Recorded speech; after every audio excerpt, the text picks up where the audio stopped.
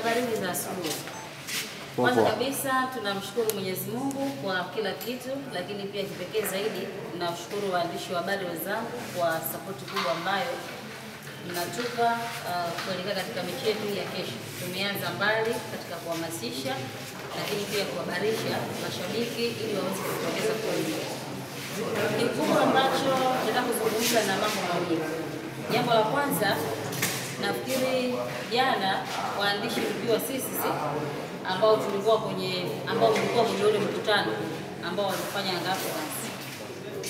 Kuna kauli ambayo mkuu wa idara ya habari na mawasiliano wa Young Africans alizungumza kuhusiana na mheshimiwa mkuu wa mkoa Kocha Matiku ambaye ni mlezi wa timu ya Tabora United. Lakini pia sio tu kuzungumza, lakini alizungumza kauli ambazo hazikuwa na afya katika mpira wetu wa Tanzania. Kitu ambacho labda watu hawakifahamu ni kwamba Kocha Matiku, mkuu wa mkoa wa Tabora, ni mlezi wa timu ya Tabora United. Sasa leo hii anapokuja msemaji ambaye ni level ya chini sana, mkuu wa mkoa ni status kubwa. Sawa, tunapozungumzia mkuu wa mkoa ni status kubwa. Yule ni mteule wa Mheshimiwa Rais Samia Suluhu Hassan. Na yule tunaweza tukasema kwamba ni mwakilishi wa rais katika mkoa wa Tabora. Na hata hawa mashabiki ambao walikuwa wanazungumza nao ni mashabiki wa Yanga lakini wanaishi Tabora. Mheshimiwa mkuu wa mkoa hapo Kocha Matiku ndio mwenyekiti wa kamati ya ulinzi na usalama ya mkoa wa Tabora. Ambapo hao mashabiki wa Yanga ambao walikuwa jana pale wakizungumza zile sentensi kupitia kwa mkuu wa idara ya habari na mawasiliano, ni mkuu yani ni sehemu ambayo wao wanaishi katika mkoa wake. Kwa hiyo niseme tu kitu kimoja, sisi kama club hatujafurahishwa na kauli zake. Hatujafurahishwa na kitendo ambacho nikizungumza cha kumzailisha mkuu wa mkoa wa Tabora. Ishi ya mkuu wa mkoa wa Tabora kutoa bonus, hiyo ni business as usual. Na hajatoa bonus kwa mechi ya Yanga. Mechi ya Simba alizungumza kabisa akasema Tabora mkifunga Simba natoa milioni 50. Lakini hatukumuona afisa habari wa Simba akienda kumshambulia mheshimiwa mkuu wa mkoa kwa kauli ambazo alizungumza. Hatukuona hicho kitu. Lakini ni ajabu kwa idara ya habari wa Yanga kwenda kumshambulia mkuu wa mkoa wa Tabora kwa sababu tu amezungumza kauli ambayo imekwenda kutoa hamasa kwa wachezaji. Kwa hiyo mimi ambacho nataka kuzungumza kwa niaba ya klabu, cha kwanza tumesikitishwa na hatujafurahishwa na kauli ambazo amezungumza, kwa sababu yeye kwa level aliyokuwa nayo hana level ya kuzungumza maneno machafu kwa mkuu wa mkoa, hana. Na sidhani kama Yanga inaajiri watu kwa ajili ya kwenda kutukana wakuu wa mikoa. Na sidhani kama Alkamu ameajiriwa na Yanga ili akija kwenye mechi ya Tabora aje amtukane Kocha Matiku. Sidhani kama Yanga walimwajiri kwa kazi hiyo. Yanga wamemwajiri kazi ile, ninaamini maafisa habari tunaajiriwa kwenye hizi idara kwa ajili ya kuhamasisha na kutoa taarifa.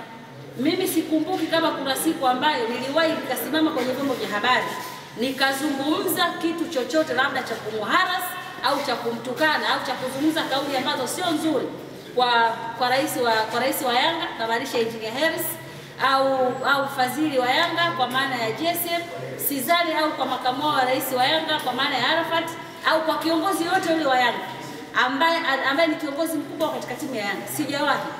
Lakini level ya Alikamu sio level ya kwenda kuzungumza maneno ambayo amezungumza jana. Kwa hiyo sisi kama club, cha kwanza tunaiomba mamlaka husika za mpira wa miguu kwa maana ya TFF pamoja na bodi ya ligi kuchukulia hatua jambo hili, kwa sababu hii sasa imekuwa kama ni tabia. Bodi ya ligi wanaposema kwamba media officers tufanye kazi kwa ajili ya kuhamasisha mechi, hawajawahi kuambia kwamba maafisa habari wafanye kazi kwa ajili ya kutukana na viongozi. Wao umekuja Tabora, umekuja kucheza mechi, fanya kile ambacho kimekuleta, hamasisha unavyoweza, lakini sio katika legacy ya kwenda kuzungumza kitu ambacho unajua kabisa kwamba yule ni mtu ambaye ana familia yake, yule ni mteule wa Mheshimiwa Rais, wananchi wa mkoa wa Tabora wote wanamwangalia yeye, wanamsikiliza yeye. Kwa hiyo wao unapokwenda kuzungumza maneno ya kumtukana na kumharasi na kumdhalilisha, tafsiri yake ni kwamba unadhalilisha ile nafasi. Kwa hiyo mimi tunachosema kwamba tumehuzunishwa na ile kauli na nampa masaa 24 Alikamu aombe msamaha na muombe samaha mheshimiwa mkuu wa mkoa. Yaani nampa masaa 24 amuombe msamaha kocha Chacha Matiku.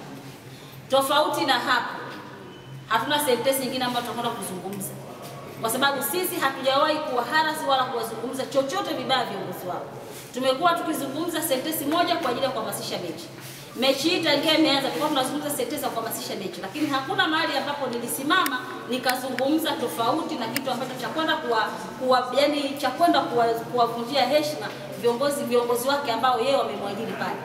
Narudia, labda kama haelewi, kocha Chacha Matiku ni mlezi wa timu ya Tabora na ni mkuu wa mkoa wa Tabora. Kwa hiyo ana haki ya kwenda kambini kuzungumza na wachezaji, ana haki ya kwenda kuhamasisha kama ambavyo wakuu wa mikoa wengine ambao timu zipo katika mikoa yao wanakwenda kufanya. Lakini hakuna mtu ambaye aliwahi kusimama akamtukana mkuu wa mkoa kwenye timu, labda kuna timu ambayo ipo ligi kuu, hakuna mtu ambaye amewahi kwenda kusimama na akaenda kumtukana. Kwa hiyo nampa masaa 24 amuombe radhi mheshimiwa kocha Chacha Matiku. Tofauti na hapo, lakini pia kingine tunaiomba bodi ya ligi pamoja na TFF, kwa sababu ndio mamlaka ambao zinasimamia vilabu na hawajawahi kuwaruhusu maafisa habari kwenda kuongea maneno makali kwa viongozi ambao wapo kwa ajili ya kuisaidia timu. Asante.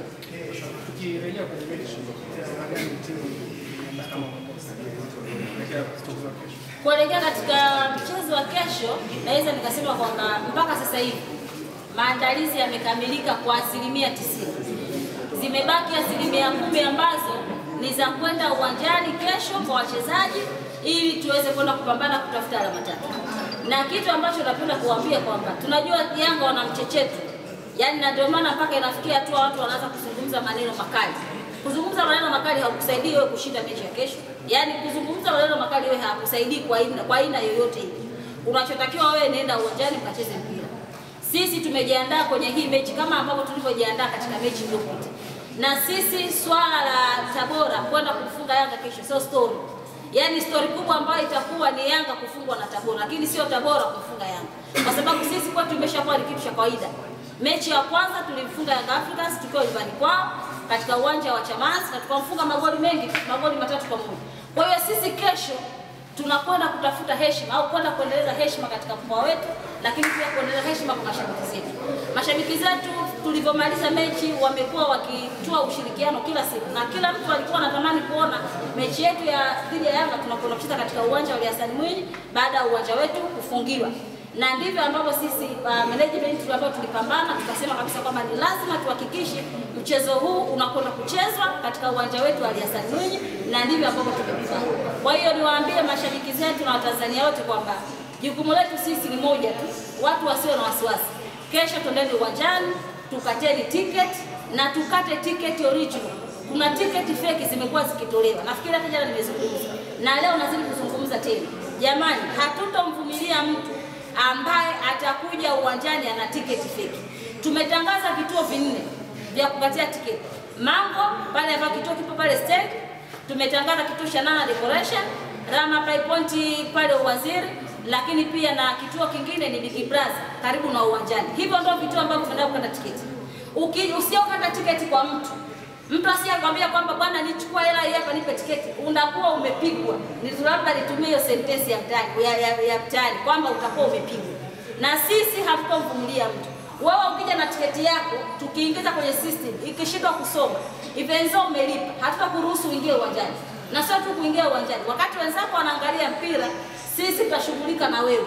Yaani wakati tunafanya mahojiano na wewe, hiyo tiketi umetoa wapi, kakuzia nani, utusaidie kutupa ushirikiano. Sisi wenzako wakati wa mechi wanafanya nini? Mechi wanaangalia. Kwa hiyo tununueni tiketi, na tiketi tumeanza kuuza tangia juzi. Na tusisubirie kesho siku ya mwisho ndio watu tukaanza kujitokeza kupanga foleni. Mechi ni saa 10. Ukienda kukata tiketi saa 2, saa 3 na wakati ndio siku ya mchezo, foleni ni kubwa. Utakosa nafasi ya kwenda kuangalia mechi. Kwa hiyo niwasihi sana tukateni tiketi zetu mapema. Yaani mapema. Tunapozungumza mapema kwa sababu hivi tunapozungumza hapa vituo viko wazi. Lakini ukienda kwenye vituo hakuna watu wanaona kupata tiketi. Wanasubiria kesho siku ya mechi ndio watu waanze kupanga msongamano. Lakini kwa nini tusijipe utaratibu wa kupata tiketi zetu mapema ili kesho tuwe comfortable tunapokwenda kuangalia mechi. Kwa hiyo mimi nawaomba na nasisitiza tuepuke kukata tiketi fake.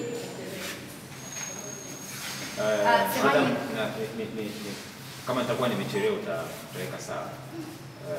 kwa upande wa Young Africans wao wanaamini kwamba hakuna huo uzito wa hii mechi ambao unawekwa nje ya uwanja, na hii pengine inakuja watu wanapigia mstari wakiunganisha doti kwamba mpaka sasa haieleweki kocha mkuu wa Tabora atakuwepo kwenye benchi ama hatakuwepo, lakini pia kuna zile za chini. Kocha mkuu wa Tabora yupo. Yupo. Hapa si kocha alikuwa anaongea au umechelewa pesa? Okay. Ndio maana nikasema utarekebisha kama zitakuwa sikuwepo. Lakini pia kwa watu wanaunganisha doti kwamba kuna baadhi ya rumors zinaendelea kwamba kuna madai yanaendelea ndani ya club. Madai. Ya malipo. Kwa hiyo ndio maana watu wanasema hii inawezekana sio ikawa hiyo mechi kubwa kama ambavyo inatengenezwa taswira ile. Kama msemaji unaweza kaliweka hili sawa kuhusiana na madai, kuhusiana na kocha na hiyo kauli tunasimamia. Cha kwanza nikizungumzia na scenario ya mechi, Yanga wakisema kwamba mechi ni nyepesi kwao, hiyo ni defense mechanism tu, namna ambavyo wanataka kuingia kwenye mechi. Sawa? Yaani ni kama naweza kusema kwamba ile mwanaume anajikaza kisabuni. Unajua kujikaza ile. Sio sabuni huyu kiongozi wa taarifa aliyokuwa hapa anaongoza press. Yaani ile kujikaza kisabuni wanasema. Kwa sababu kwenye akili zao wanajua, na ndio maana the day one wanakuja hapa wanasema kwamba mechi itakuwa ngumu, tumekuja kulipiza kisasi. Alafu jana nakwambia mechi itakuwa ni nyepesi. Si Tabora hatuwezi kuingia kwenye line kiasi hicho. Yaani si tunajua namna ya kucheza hii mechi. Kama ambavyo tulicheza mechi ya kwanza. Sehemu ambapo tunakwenda kucheza hii mechi. Na sisi kwa upande wetu hatujasema kwamba hii mechi itakuwa nyepesi. Mechi kwetu itakuwa ni ngumu. Kwa sababu tunahitaji kutengeneza rekodi nzuri zaidi ya ile ambayo tuliifanya. Na mashabiki na Watanzania wote wamekaa tension kwa ajili ya kuangalia nini Tabora wanakwenda kufanya kitu gani kwenye mechi ya kesho. Kwa hiyo hizo kuunganisha doti za kusema sio hiki na hiki, hizo ni kama labda wanataka kuitoa Tabora kwenye mchezo ili na sisi tukiingia kwenye mchezo tuseme kwamba hii mechi ni nyepesi. Lakini kiuhalisia wao wenyewe Yanga kesho hakuna rangi wataacha kuiona. Hii kauli naizungumza kila wakati. Yaani hakuna rangi watakaa kuiona kesho Young Africans. Unaijua Asali? Asali mimi mwenyewe naishi Tabora na nishamaliza mwaka sio Tabora. Lakini leo ukiniuliza kwamba asali na rangi gani, siwezi kukwambia asali na rangi gani. Lakini kesho lazima Yanga watuambie. Yaani asali ikikaa kwenye chupa huwa inakuwa na rangi gani? Yaani inakuwa na rangi ya kahawia, inakuwa na rangi ya karoti au inakuwa na rangi gani? That's why nikasema kwamba kesho hakuna rangi ambayo Yanga wataacha kuona. Na kuhusiana na issue ya madai, si Tabora hatupo kwenye hiyo level ya sasa hivi. Ya kusema kwamba sisi kuna wachezaji sio wanadai na nini, hapana. Na mojawapo mishahara ya wachezaji pamoja na benchi la ufundi inatoka moja kwa moja kwa mdhamini wa haki za matangazo ambaye ni Azam. Sasa pesa zinakuja, alafu usilipe mishahara kwa wachezaji ama na benchi la ufundi. Can you imagine kama unaweza kupata ile? Na bodi ya ligi na TFF wamekuwa wakali sana kuhusiana na hizi pesa ambazo zinatolewa. Na ili uweze kupata hizi pesa kila mwezi ni lazima upeleke retirement. Kwa hiyo sisi kila mwezi pesa tunapata, tunalipa mishahara, tunapeleka retirement, na baada ya retirement kwa mwezi mwingine pia tunakwenda kufanya nini? Tunapewa pesa. Kwa hiyo hicho sentence ya kusema kwamba Tabora kuna madai, hiyo story tuliyoiona, lakini sikutaka kuhangaika nao kwa sababu tuko bize tunajiandaa na mechi. Wakati mwingine mtu anaweza kaleta story kwa sababu tu ya kutaka kuwavuruga. Lakini si Tabora ni machuo kusema kweli. Huu ni msimu wetu wa pili. Hatuwezi kusikia kitu ambacho kimeandikwa mtandaoni tukaanza kufanyia kazi au tukafocus na hicho kitu badala ya kufocus kwamba tunaenda kupata matokeo. Msemaji, naomba nikurudishe nyuma kidogo wakati tunazungumzia sakata la Bwana Ali Kamwe kuzungumza zile kauli